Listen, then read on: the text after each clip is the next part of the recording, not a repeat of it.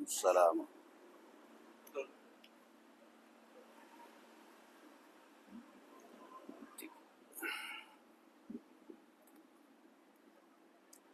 Bismillahirrahmanirrahim.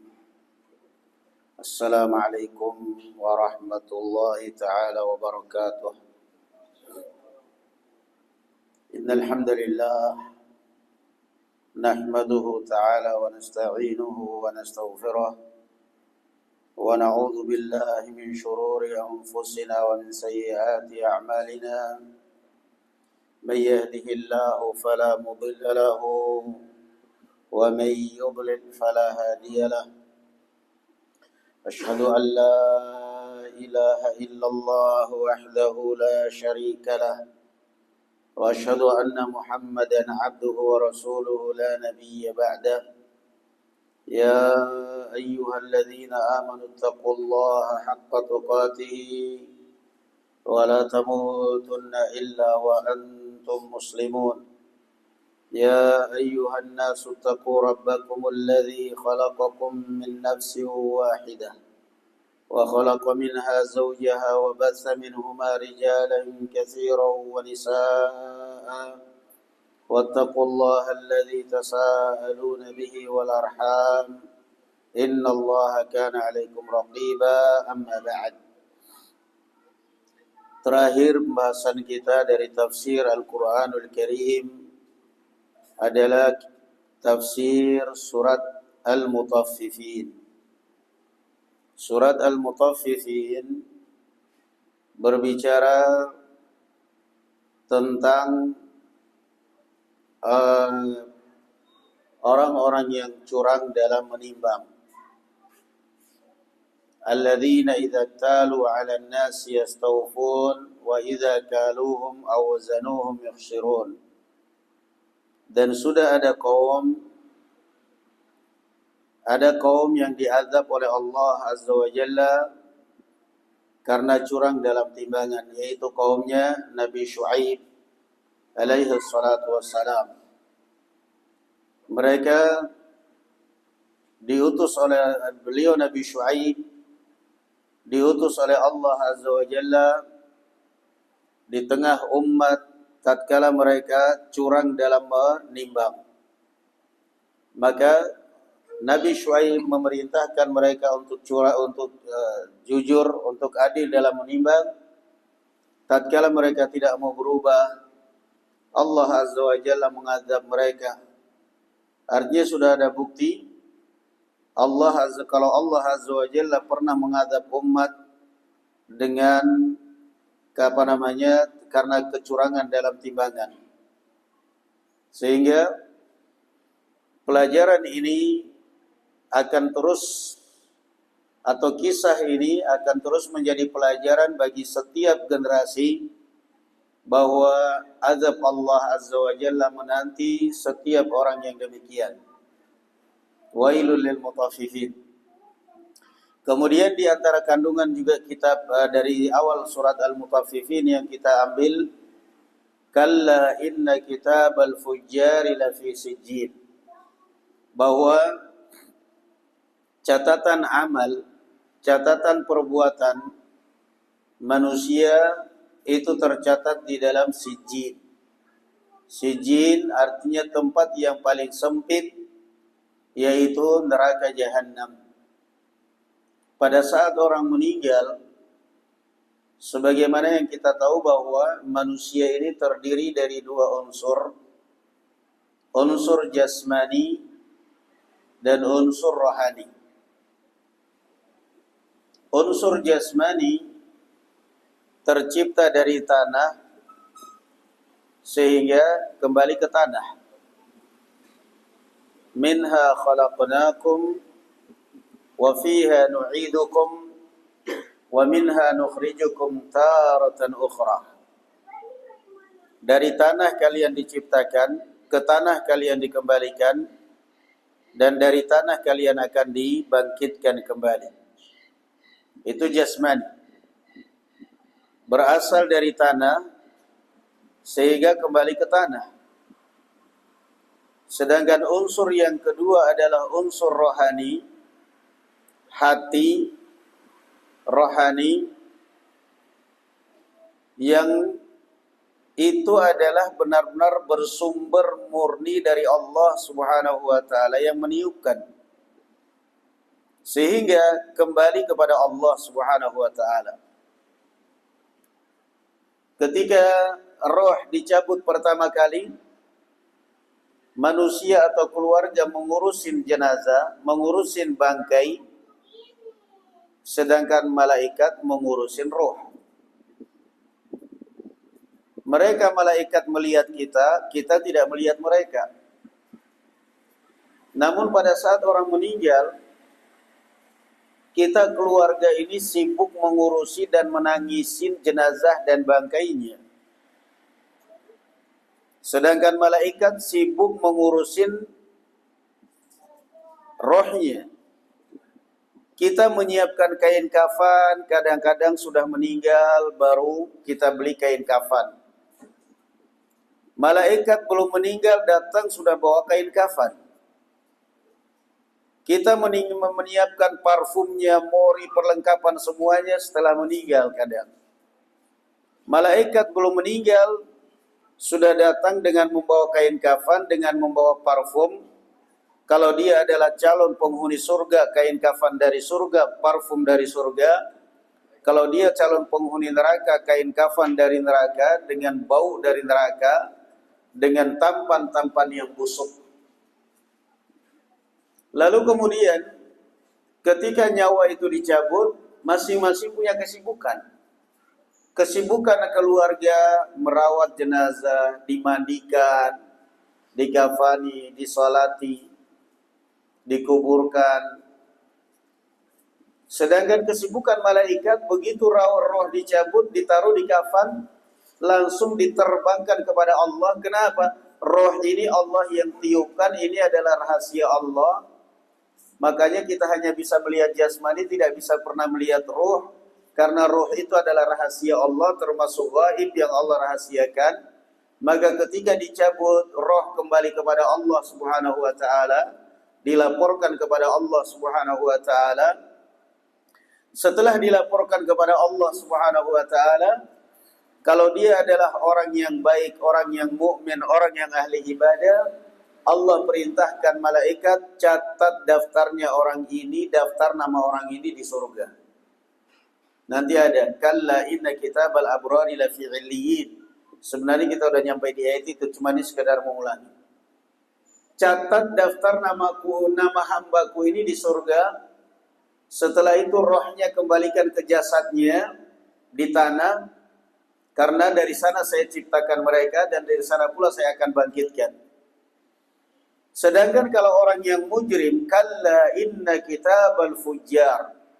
Kalau dia adalah orang fajir, orang kafir, orang munafik, maka Allah katakan, perintahkan malaikat catat daftar nama orang ini di neraka jahanam. Nanti ketika ditiupkan sangkakala oleh malaikat Israfil, dia tinggal menyusul namanya yang sudah terdaftar di neraka jahanam. Sedangkan sekarang belum kiamat, maka rohnya kembalikan dia di alam kuburnya, kembalikan dia di jasadnya untuk kemudian merasakan siksa. Jadi kalau ada orang yang kadang-kadang tidak percaya dengan siksa kubur, dengan alasan buktinya kalau kita gali yang ada cuma bangkai, orang mati yang tinggal tengkorak, tinggal ini. Ya kita sekarang tanya, memang manusia ini hanya terdiri dari unsur jasmani? Karena terdiri dari unsur dua, jasmani dan rohani. Justru yang terpenting itu adalah rohani. Orang kalau jasmani tanpa rohani bisa merasakan sakit dia? Nggak ada sama sekali. Mau dibakar, mau dicubitin, mau digebukin, mau diapain, kalau nggak ada roh, nggak ada. Tapi kalau ada roh, nyamuk sedikit aja nyenggol terasa. Jadi kalau orang berbicara buktinya digali kuburannya hanya, ya itu kan yang kamu lihat. Karena ada sesuatu yang tidak kamu pernah lihat dari manusia ini. Apa itu roh? Justru disitulah manusia merasakan nikmat, merasakan tersiksa. Nah, kita merasakan nikmatnya di hotel, di bintang 5, di apartemen, di mana, karena roh kita masih ada. Tapi begitu tidur, nggak ada itu semua nikmat. Roh udah diangkat. Jadi kata Allah Azza wa Jalla, kalla inna kitabal abrari lafi illiyin. Setelah dilaporkan kepada Allah Azza wa Jalla, Allah perintahkan malaikat, catat catatan hambaku ini, catat catatan orang ini di sijjin. Diikanlah inna kitabal fujjari lafi sijjin, catat catatan ini di sijjin. Di tempat sijjin yang paling sempit, paling rendah, yaitu neraka jahanam. Dan ini juga memberikan pelajaran kepada kita bahwa surga itu tempatnya di langit yang paling tinggi, sedangkan neraka itu tempatnya di kerak yang paling bawah, di kerak bumi. Paling bawah sijjin. Jauh berbeda. Ya. Kemudian kata Allah Azza wa Jalla, kalla bal rana ala qulubihim ma kanu yaksibun. Kalla bal rana. Kalla, sekali-kali tidak. Bal, sesungguhnya, rana, yang menyebabkan orang hatinya keras, hatinya tertutup dari kebaikan, hatinya tertutup dari nasihat, itu adalah ala qulubihim ma kanu yaksibun, karena dosa. Orang keras kepala dinasehati, keras hati dinasehati, itu semuanya adalah dosa. Dosa itu bisa jadi dari makanan haram, bisa jadi barakallahu fikum dari tontonan haram, bisa jadi barakallahu fikum dari pergaulan haram, bisa jadi dan bisa jadi dan bisa jadi. Ya, kalla bal rana ala qulubihim. Orang kalau sudah terbiasa bermaksiat dengan makanan haram misalnya, dengan tontonan haram, dengan apa saja, maka mesti hatinya keras. Salat tidak merasakan nikmat, baca Al-Quran tidak gairah, baca Al-Quran tidak ada selera, mendengarkan Al-Quran tidak ada selera, tidak ada gairah. Kenapa? Hatinya tertutup. Keras hati itu. Keras hati itu. Jadi barakallahu fikum, yang namanya orang itu kan tergantung. Kalau orang sudah terbiasa dengan dosa dan maksiat, mesti dia akan jauh dari ibadah itu. Kalaupun ada orang yang pendosa, yang berdosa, bermaksiat, dia ibadah, dia tidak akan merasakan lezatnya ibadah. Nggak ada rasanya itu. Nggak ada lezatnya ibadah itu. Naam, kalla bal rana ala qulubihim ma kanu yaksibun. Makanya doa Rasulullah sallallahu alaihi wasallam di dalam doa istiftah setiap salat wajib, salat sunnah, beliau selalu berdoa di antara doa yang paling sahih dalam istiftah beliau. Allahumma ba'id baini wa baina khataayaya kama ba'adta bainal masyriq wal maghrib. Ya Allah, jauhkanlah antara saya dengan kesalahan-kesalahan saya sebagaimana jauhnya timur dan barat. Allahumma ba'id baini wa baina khataayaya kama ba'adta bainal masyriqi wal maghrib. Ini yang berdoa Rasulullah yang tidak pernah berdosa. Makanya ada doa-doa istiftah yang lain, wajjahtu wajhiya lillazi fataras samawati wal ard, ada doa yang lain. Tetapi kalau kita pikir-pikir, ya kata Syekhul Islam Ibnu Taimiyah, yang namanya doa itu kan menyesuaikan kebutuhan. Sepertinya untuk kelas-kelasnya kita ini itu ya doa istiftah ya paling butuh doa ini. Kenapa? kita ini manusia yang terlalu banyak salah yang disengaja maupun yang tidak disengaja. Allahumma ba'id baini wa baina khataayaya kama ba'adta bainal masyriq wal maghrib. Kenapa Rasulullah demikian minta kepada Allah supaya dijauhkan kesalahan dari kesalahannya sebagaimana jauhnya timur dan barat? Karena dosa itu akan menyebabkan hati kita ini keras, kaku. Lezatnya ibadah itu hilang. Bagaimana sih pada saat kita sakit? Kan di dalam tubuh kita ini kan ada jasmani, ada rohani. Ketika jasmani kita sakit, otomatis sate kambing pun gak enak. Makan sate kambing gak enak. Kasih nasi kebuli gak enak.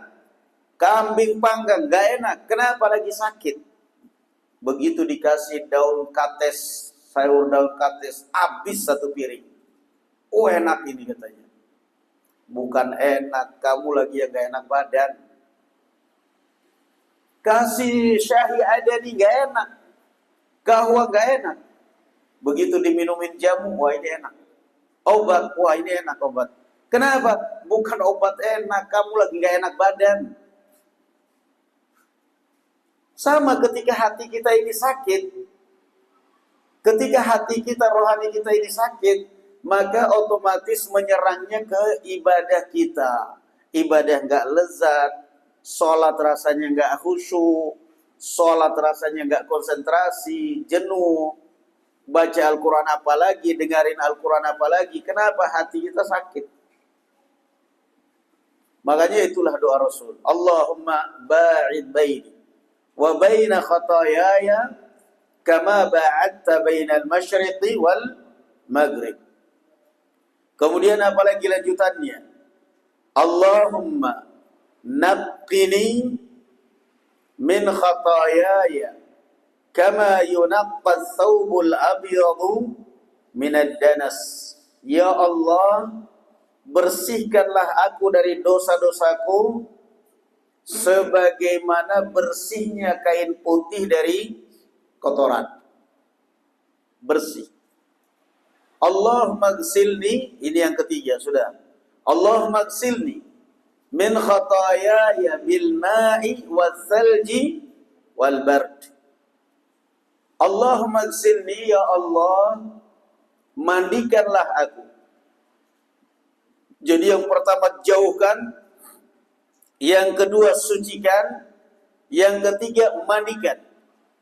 Mandikanlah aku ya Allah dari dosa-dosaku ini bilma, dengan air, wasalj, dengan air salju, wal barat, dengan air barat. Salju es, barat ada barat ya. Naam. Kalau kita waktu di Yaman itu hujan es kecil-kecil, kata orang Yaman barat. Ini namanya barat. Bil ma'i wal thalji wal bard. Ya. Kenapa kata Imam Ibnul Qayyim kok Rasulullah berdoa seperti ini dalam setiap salat? Ya Allah, mandikanlah aku dari dosa-dosaku dengan air putih, dengan air es, air salju dan air barat.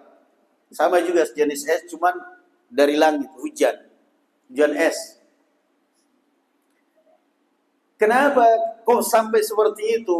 Minta dimandikan dari dosa-dosanya dengan air es dan air barat.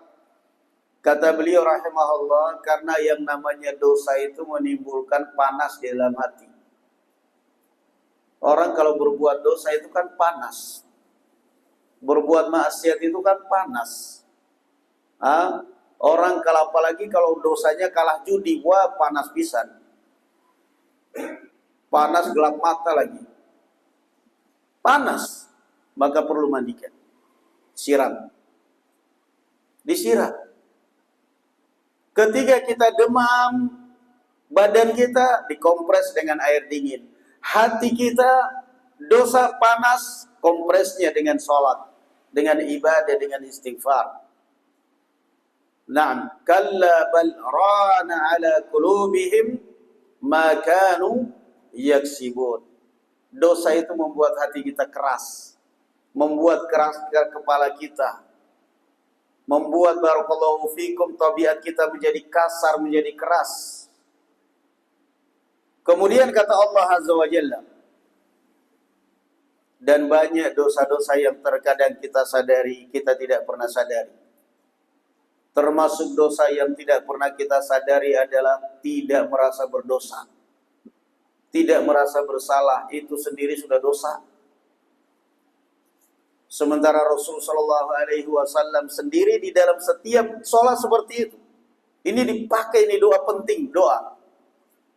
Ada doa-doa iftitah yang lain, tapi artinya sekali lagi yang namanya doa itu menyesuaikan kebutuhan kita. Allahumma ba'id baini wa baina khataayaya kama ba'adta bainal masyriq wal maghrib. Allahumma nakkini min khataayaya kama yunqqa thawbul abyadu minad danas. Allahumma agsilni min khataayaya bil ma'i was salji wal bard. A'udzu billahi minasyaitonir rajim. Bismillahirrahmanirrahim. Baru masuk ke inti salat. Salatnya khusyuk.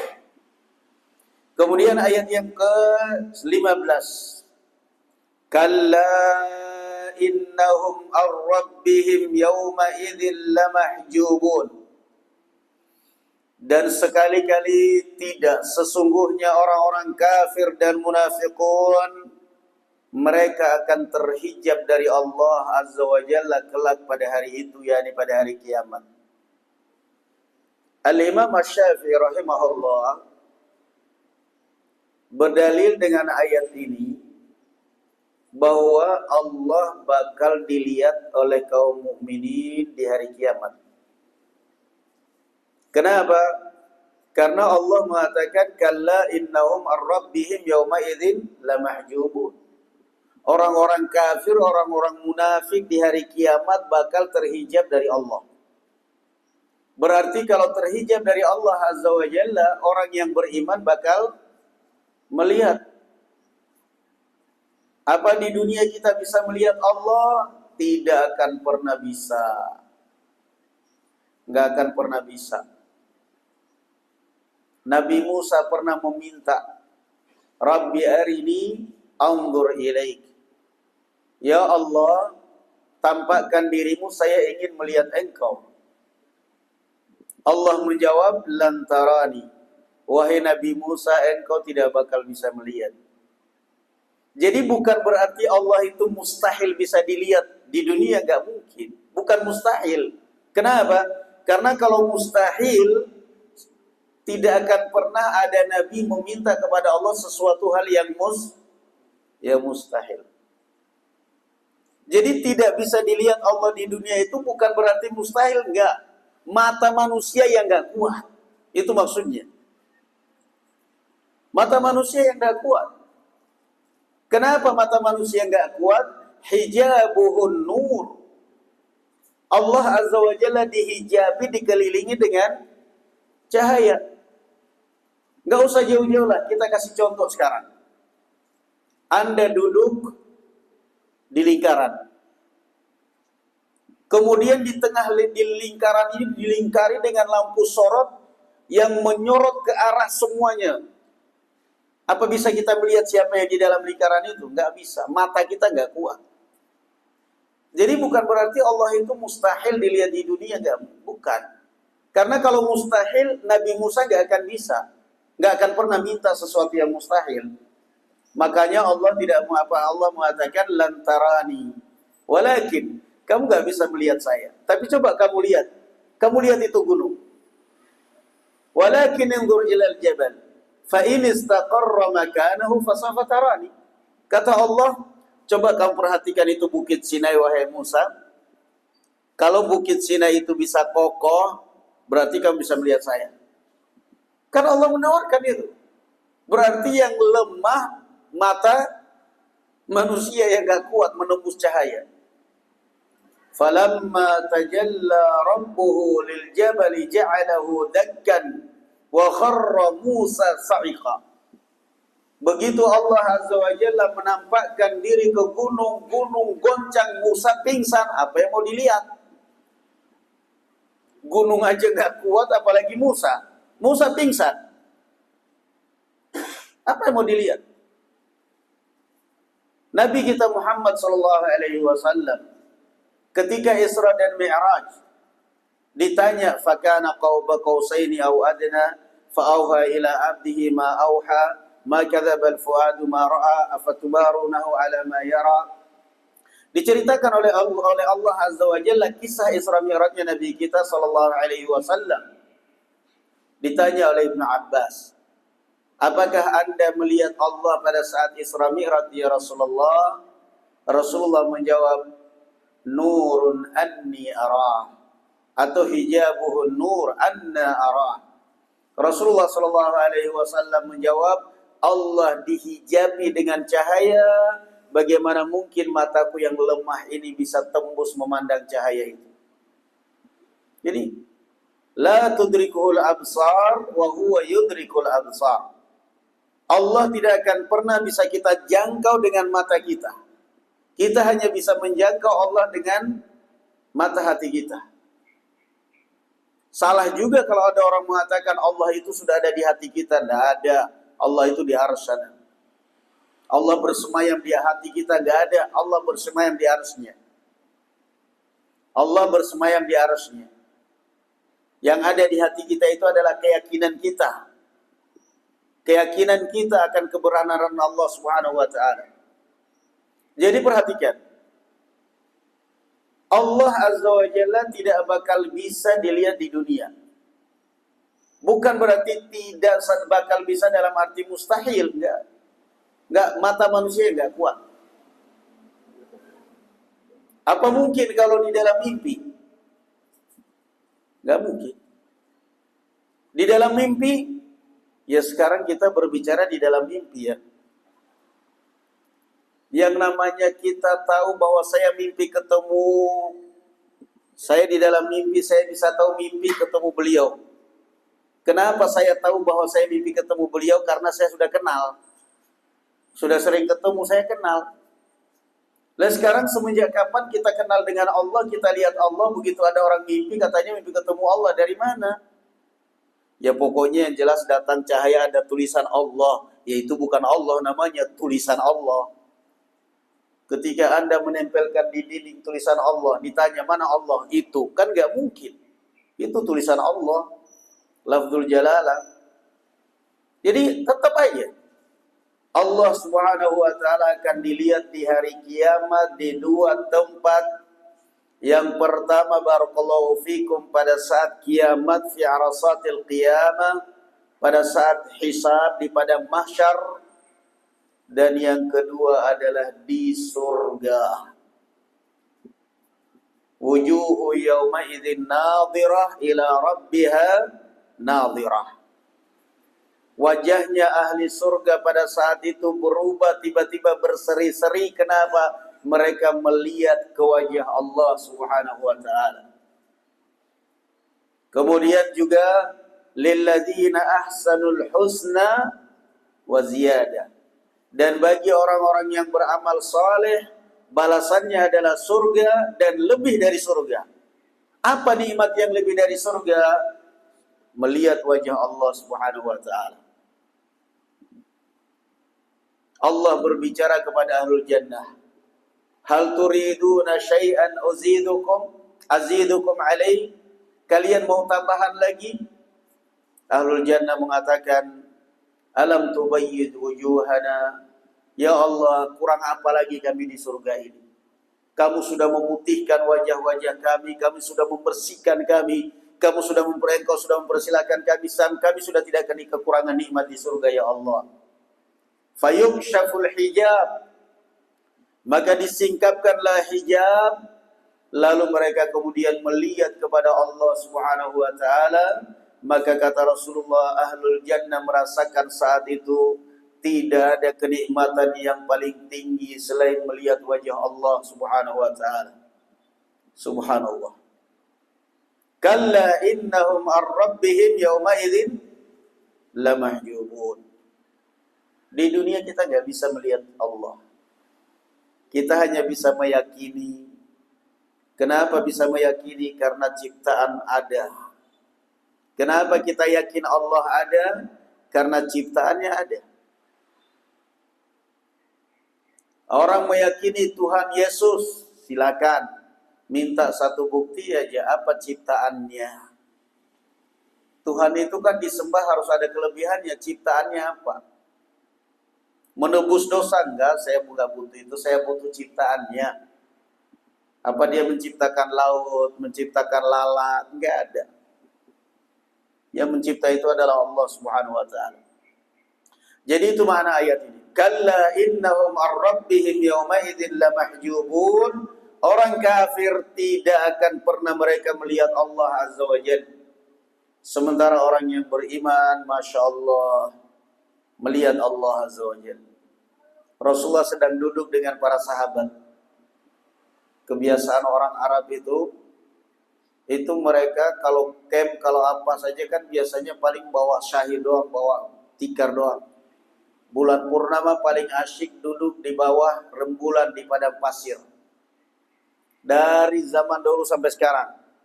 Sudah itu, udah tradisi. Rasul Shallallahu Alaihi Wasallam duduk dengan para sahabat di bawah rembulan.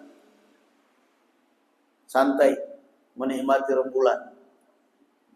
Tiba-tiba Rasul Shallallahu Alaihi Wasallam mengatakan, Innakum satarawna rabbakum yawmal qiyamati kama tarawna al-qamara laylatal badr la tudammuna fi ru'yatihi. Kata Rasulullah sallallahu alaihi wasallam sambil menunjuk bulan, beliau mengatakan kalian akan melihat Allah Subhanahu wa taala kelak di hari kiamat dan di surga sebagaimana kalian melihat bulan ini, tidak antri melihatnya. Nah, kalian akan melihat Allah Azza wa Jalla tanpa ada antri, melihat wajah Allah Azza wa Jalla. Dan itu adalah kenikmatan surga yang paling tinggi.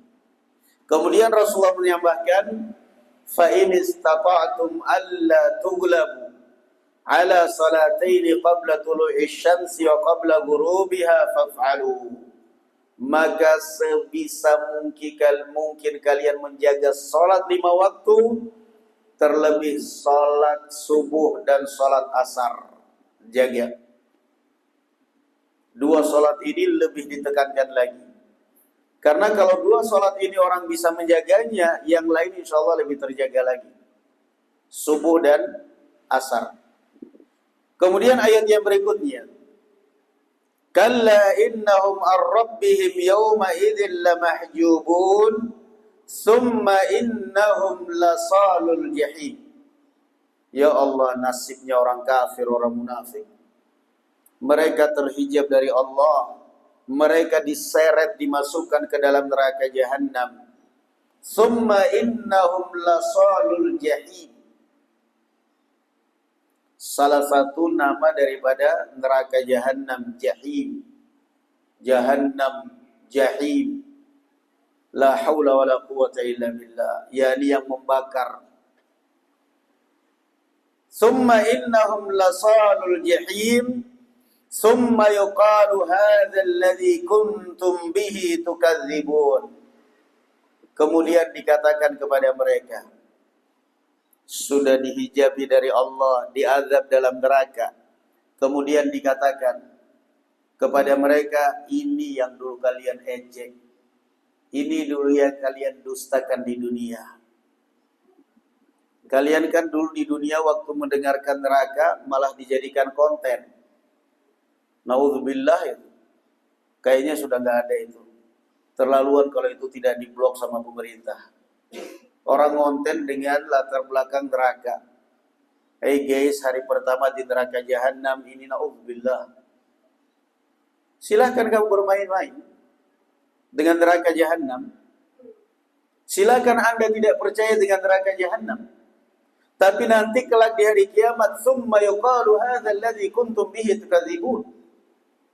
Kelak di hari kiamat Allah Azza wa Jalla mengazab mereka dengan neraka Jahannam, dimasukkan neraka dengan dalam neraka Jahannam. Kemudian Allah katakan kepada mereka, hadzal ladzi kuntum bihi tukadzibun. Ini yang dulu kalian dustakan di dunia. Ini yang dulu kalian ejek di dunia. Ini yang dulu kalian olok di dunia. La ilaha illallah. Jadi semua itu fakta dan nyata. Ya, orang kafir terlalu pendek pola pikirnya. Yang cerdas, yang waspada itu orang yang beriman. Karena orang beriman itu dia berpikir dua alam. Alam dunia dan alam akhirat. Karena pada hakikatnya kembali lagi ke pembahasan tadi itu. Kita ini kalau kita berpikir apa sih? Mati itu apa sih? Mati itu kan cuma mengantarkan jasmani kita ke tanah. Roh kita kan gak mati, dicabut. Kalau roh kita mati sih enak. Roh kita dicabut. Yang mati itu jasmani, roh kita dicabut. Berarti apa? Jasmani kita menjadi makanan tanah, rohani kita mempertanggungjawabkan amalan kita di hadapan Allah Subhanahu wa taala. Lalu bagaimana dengan orang yang dibakar atau orang yang meninggal di laut, jasmaninya dimakan laut, atau meninggal sampai di medan perang sampai lapuk sendiri, sampai jadi tulang sendiri? Apakah mereka juga bakal diazab? Sangat jelas. Karena sekali lagi pertanyaannya satu, yang kamu lihat yang dimakan, yang ditelan ikan itu kan jasmaninya. Kalaupun ditelan ikan hidup-hidup, apa kemudian ditelan oleh ikan sama rohnya? Kan enggak. Ditelan ikan hidup-hidup, tetap aja begitu masuk perut ikan, saatnya dia mati, rohnya dicabut, dibawa oleh malaikat, dilaporkan kepada Allah. Itu yang tersiksa. Dan nanti ketika jasadnya menyusul, dia akan disiksa dengan jasad dan rohaninya. Tetap tersiksa. Tetap tersiksa. Ya, itu kan kenapa orang-orang yang pembakaran jenazah? Karena mereka kan aslinya biar gak diazab. Segitu rendah pemikirannya. Rasulullah pernah bercerita di Bani Israel ada seorang Bani Israel yang ahli ibadah. Ketika dia menjelang ajal, dia berwasiat kepada keluarganya. Nanti kalau saya sudah wafat, sudah meninggal, tolong jenazah saya dibakar. Setelah dibakar, tolong sisa-sisa abu jenazah saya ditumbuk halus. Setelah ditumbuk halus, bawa sisa abu jenazah saya itu ke pinggir pantai. Tunggu ketika angin kencang berhembus, tebarkan itu abu saya di laut. Bayar saya dimakan ikan di laut.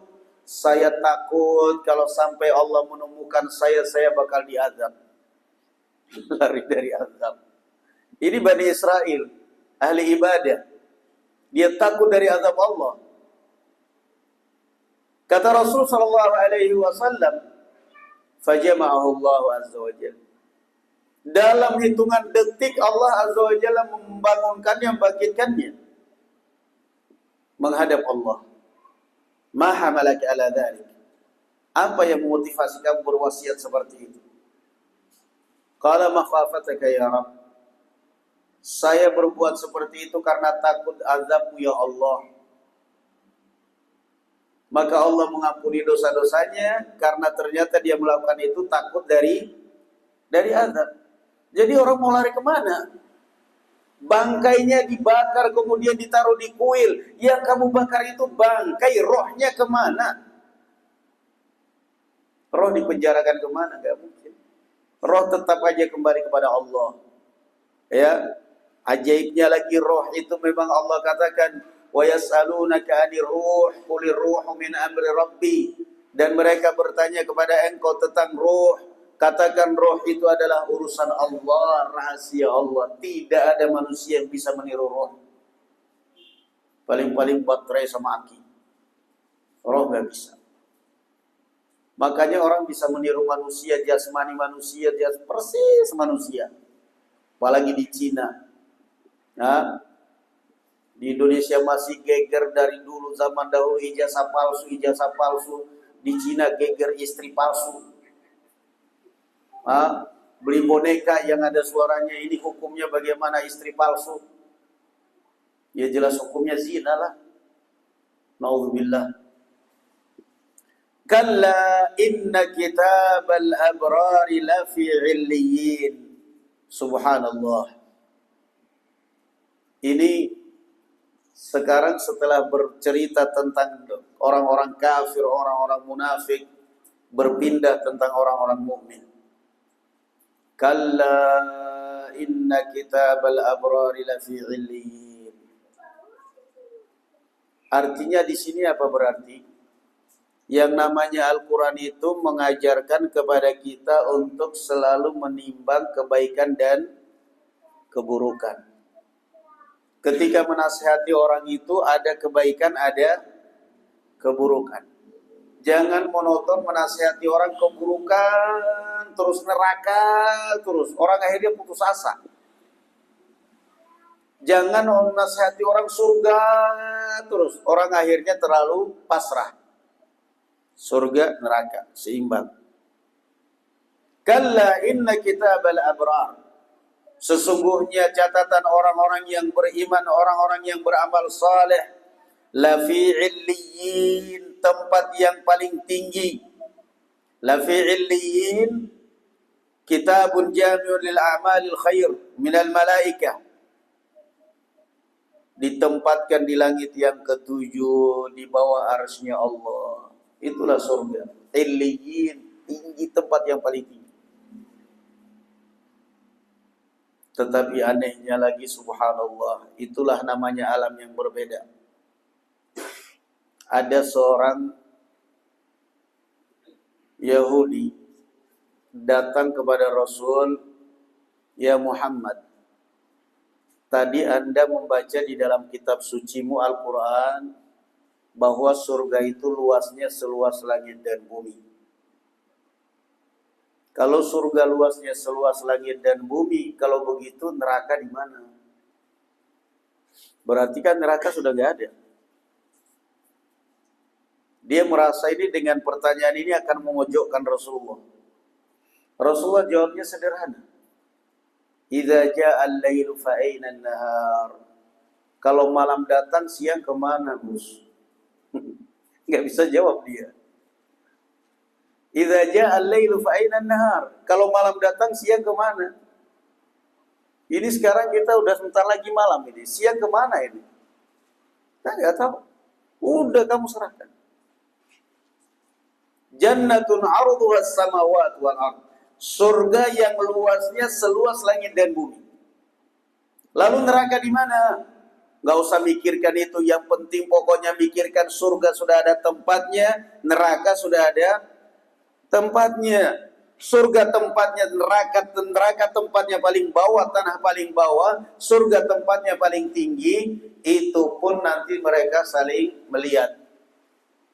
Ya, di antara nikmatnya ahlu jannah, mereka duduk di atas dipan-dipan yang indah, menyaksikan ahlun nar disiksa dan diazab. Kalla inna kitabal abrari lafi 'illiyin. Wa ma adraka ma 'illiyun. Tahukah kamu apa itu 'illiyun? Kitabum marqum, yaitu catatan amal yang sudah distempel. Ya. Begitu meninggal, kata Allah Azza wa Jalla dalam Al-Quran, wa kulla insanin alzamnahu ta'irahu fi unuqih. Dan setiap manusia itu sudah kami kalungkan pada saat dia lahir nasibnya, catatan di lehernya. Sudah ada kalungan catatan amal di leher kita. Tinggal mau baik mau buruk. Begitu meninggal, Allah perintahkan stempel. Kitabun marqum, stempel. Begitu orang meninggal, dibawa itu amalannya, dibawa itu catatannya, dilaporkan kepada Allah Azza wa Jalla. Kata Allah Azza wa Jalla, catat namanya orang ini di surga, di Illiyin, Distempel itu catatannya, sudah maktum. Berarti kalau udah distempel kan sudah tidak ada tambahan, tidak ada pengurangan. Stempel, tinggal nanti menunggu kapan hari kiamat. Begitu hari kiamat, semua catatan-catatan itu akan menyebar, akan bertebaran, akan berterbangan itu catatan amal, menghampiri orangnya masing-masing di padang mahsyar. Ada yang menghampirinya dari depan, dia menerimanya dengan tangan kanan. Ada yang menghampirinya dari belakang, dia menerimanya dengan tangan kirinya. Yashhaduhul muqarrabun, yang terus dijaga dan disaksikan oleh malaikat-malaikat Allah. Catatan amal. Ya Allah. Jadi ternyata memang apa yang kita perbuat itu semuanya tercatat. Semua kebaikan kita tercatat. Maka kalau kita pernah berbuat baik pada orang, gak usah diungkit-ungkit, sudah dicatat. Semua keburukan kita itu tercatat. Maka kalau kita pernah berbuat buruk, gak usah diungkit-ungkit, istighfar aja. Kenapa? Sudah tercatat. Tinggal sekarang bagaimana caranya supaya itu dihapus. Tinggal bagaimana caranya supaya itu dihapus. Wa nukhriju lahu yaumal qiyamati kitaban mansyura. Keluarkan itu catatan. Ma yalfidhu min qawlin illa ladaihi raqibun atid. Tidak ada satupun ucapan yang kita lafadzkan kecuali ada raqib atid yang selalu mencatat amalan kita. Kita sampai 2 ayat. Innal abrara lafi na'im 'alal ara'iki yanzurun ta'rifu fi wujuhihim nadratan na'im yusqawna bir rahiqin makhtum khitamuhu misk. Innal abrara lafi na'im, dan sesungguhnya orang-orang yang baik dalam kenikmatan surga. Allahumma shayyiban nafi'an, Allahumma shayyiban nafi'an, Allahumma shayyiban nafi'an, Allahumma barik lana wa barik lana warhamna.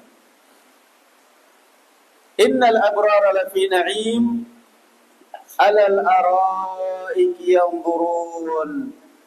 Mereka duduk di atas dipan-dipan mereka. Yanzurun, mereka menonton, memperhatikan nikmat-nikmat Allah Azza wa Jalla yang Allah berikan kepada mereka. Ini sebagai tambahan barakallahu fikum di dalam pertemuan kali ini, bahwa orang-orang yang beriman, orang-orang yang mukmin, Allah tidak akan pernah menyia-nyiakan pahala. Allah Azza wa Jalla menyiapkan surga. Alal araiki yanzurun, mereka duduk di atas dipan-dipan itu, memandangi kenikmatan surga, memandang satu sama yang lain. Subhanallah. Allahumma inna nas'alukal jannah wa na'udzubika minan nar. Allahumma inna nas'alukal jannah wa na'udzubika minan nar. Tayyib ilahuna walhamdulillah. Di sini ada pertanyaan lewat WA. Assalamualaikum Ustaz, mau tanya, afwan mau tanya untuk masalah akikah. Kan begini Ustaz, kedua orang tua saya sudah almarhum dan mereka belum sempat untuk mengakikahkan saya karena dari dulu kesulitan masalah ekonomi. Nah, untuk akikah saya ini, apa saya tetap juga harus akikah sendiri Ustaz? Apa hukumnya bagi anak tersebut? Dalam kurung saya, kalau belum bisa akikah juga karena sekali lagi masalah ekonomi. Dan juga ada yang bilang kalau anak tersebut belum diakikahi itu berarti anak tersebut jiwanya tergadaikan. Maksudnya bagaimana Ustaz? Apa betul? Nah, akikah ini adalah tanggung jawab orang tua. Sehingga ketika orang tua misalnya belum mampu, sampai kemudian anaknya itu balik, besar, dan belum sempat diakikahi, terserah dia. Anda mau akikahin diri Anda sendiri silakan. Tidak mengakikahi diri sendiri pun juga nggak ada dosa. Tidak ada dosa, barakallahu fikum. Kenapa? Sekali lagi akikah itu adalah haknya, kewajiban siapa? Orang tua, bukan anak. Nah, namun kemudian ada sebagian orang mau mengakikahi diri sendiri. Ya silakan, itu hitungannya sedekah dia. Dan kenapa dalilnya? Dulu para sahabat, banyak sahabat yang lahir besar tidak diakikahi oleh keluarganya karena mereka tidak mengenal Islam. Gak ada kemudian ada sahabat yang mengakikahi diri sendiri. Kemudian para sahabat ramai-ramai mengakikahi diri sendiri. Jadi itu perbedaannya. Kalau misalnya akikah sekali lagi nggak bisa diingkari, kata Imam Ibnu Qayyim, nggak bisa juga diingkari kalau dia mau mengakikahi diri sendiri, toh dia mau bersedekah. Tapi apakah dia dosa kalau tidak mengakikahi diri sendiri? Lah, tidak ada dosa sama sekali. Tidak ada dosa sama sekali. Adapun masalah hadis, kullu mauludin murtahinun bi aqiqatihi hatta yuzbahan, bahwa setiap orang itu akan tergadaikan dengan akikahnya sampai dipotongkan kambing atasnya. Nah, mana hadis tergadaikan? Itu juga sekali lagi kembalinya kepada orang tua, bukan kepada kita sendiri. Nah, kembalinya kepada orang tua. Jadi seorang anak yang lahir besar, apalagi dia terbebani juga dengan ekonomi, nggak perlu kemudian terbebani dengan akikah. Ya, dia terbebani dengan ekonomi kemudian, kecuali kalau misal kita punya anak sendiri. Dalam kondisi anak saya misalnya, sekarang Allah memberikan rezeki kepada saya. Sementara anak-anak saya sudah pada besar-besar dan belum saya akikahi. Karena dulu nggak ada duit. Ya boleh, silahkan. Tapi kalau kemudian mau mengakikahi diri sendiri, nggak ada. Nah, itu pun barakallahu fikum, ini masalahnya kembalinya kepada orang tua. Jadi tidak perlu terbebani sekali lagi. Ketika orang belum diakikahi orang tuanya, nggak perlu terbebani. Saya belum diakikahi bagaimana, apalagi sudah terbebani dengan ekonomi juga nggak perlu. Allah Azza wa Jalla mengatakan, la yukallifullahu nafsan illa wus'aha. Allah tidak membebani orang di luar kemampuan. Na'am wallahu alam bis-shawab. Barakallahu fiikum. Alhamdulillah. Tafadhalu.